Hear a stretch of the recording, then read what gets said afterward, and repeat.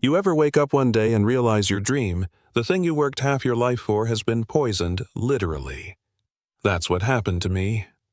One night, I went to bed thinking I'd built my own slice of paradise, and the next evening I was staring at my pool, turned into a toxic swamp, ruined by the very person who called herself the pillar of our neighborhood, the HOA queen herself. It didn't start there, though. It began on what should have been a perfect Saturday.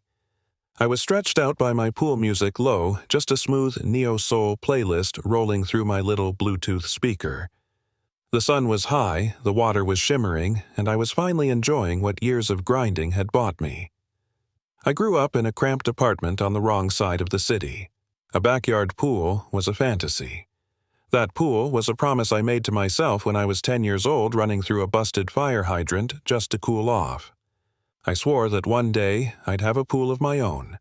That day had come, and I wasn't letting anyone take it away. Then she showed up. Karen. Mid-40s, expensive linen pants, sunglasses that probably cost more than my first car, and a haircut sharp enough to cut glass. She was standing right on the edge of my lawn, finger pointed at me like I'd stolen something from her. Next to her was her stepsister, younger, squeezed into a bright pink swimsuit, smirking like she was watching her favorite reality show. And then Karen shouted it, "I don't want your kind of filthy culture parading around my children." That stopped me cold. I thought maybe I was on a hidden camera prank show. But no, the venom in her eyes was real. I told her calmly, this was my yard, my pool, and she was trespassing. She sneered, stepped onto my lawn, and declared that her stepsister wanted to cool off, and since this is a community, the pool should be for everyone. When I reminded her it was private property, she laughed in my face and dropped the line. I'm on the HOA board.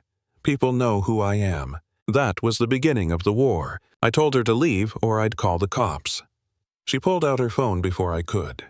With fake trembling in her voice, she told 911 there was a threatening man on drugs refusing to let residents use community facilities. My blood went ice cold.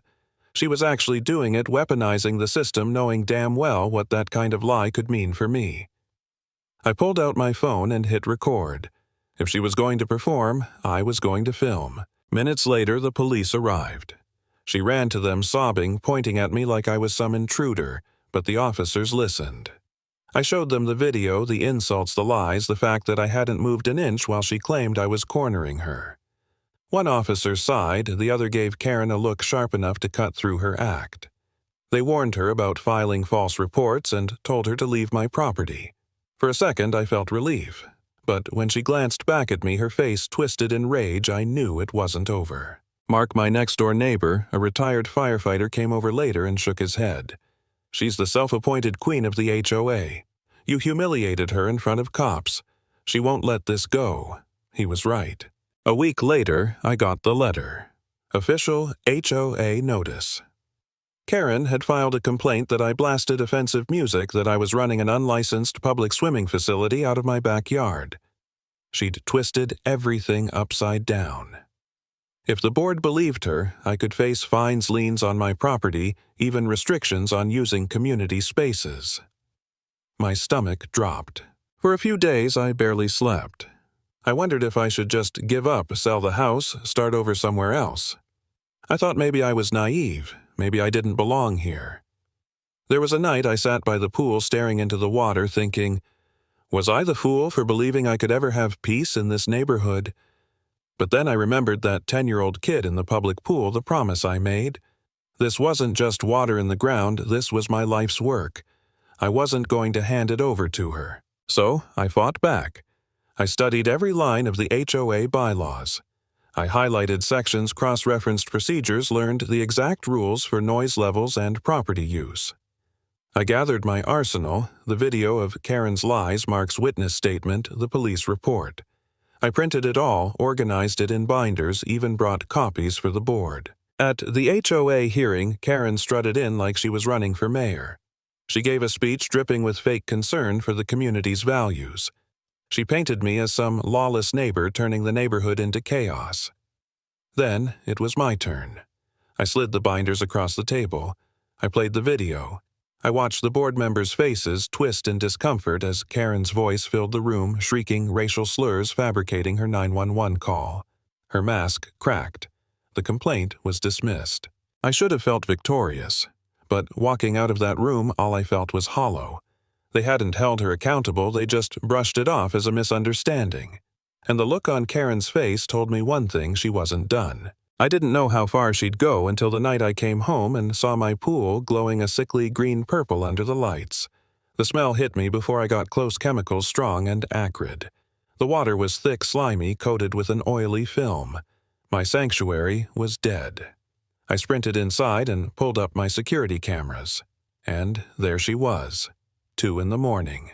Karen, in black hoodie and gloves, lugging 2 jugs of chemicals over the fence. She poured them straight into my pool, watched it swirl like a witch mixing poison, then disappeared into the night. The next day, a pool technician came and confirmed my worst fear. The water was unsalvageable. The chemicals had stained the plaster, wrecked the filter system, maybe even the pipes.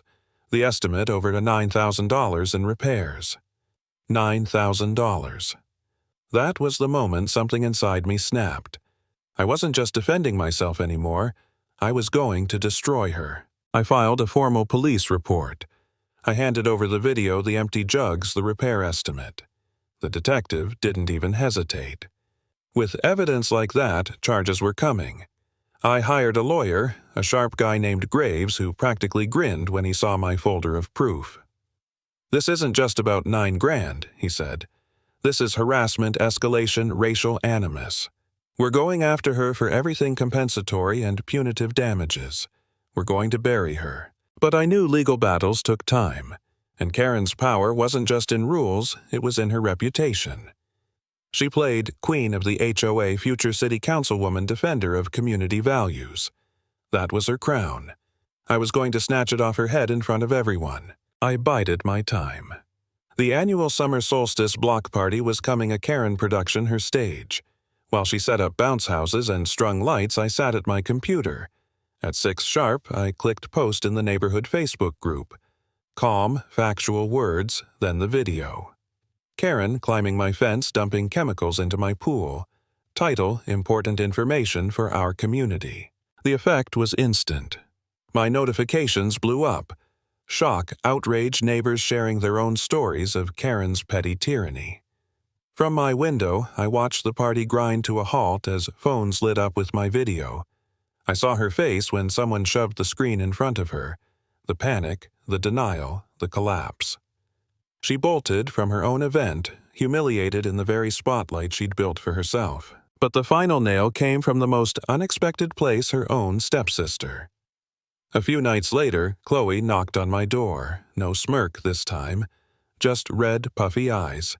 She spilled everything. Karen controlled her inheritance, held money over her head, forced her to play along. She showed me emails where Karen bragged about running that man out of the neighborhood. Chloe agreed to testify. At the trial, it was devastating. The jury saw the videos, the police reports, the HOA documents, and then they heard Chloe's trembling voice describing Karen's obsession with control, her racist motives, her threats. When the verdict came, it was thunderous. Karen owed me every dime of damages plus a staggering amount in punitive damages that would drain her dry. She was left with nothing, bankrupt, stripped of her HOA power, branded a criminal. And that's where the story ends. Not with me celebrating, not with champagne by the pool. It ends with her downfall in a courtroom where the queen of the HOA finally lost her crown. Sometimes the only way to beat hate and entitlement is to stand your ground. Gather your proof and let the truth do the crushing.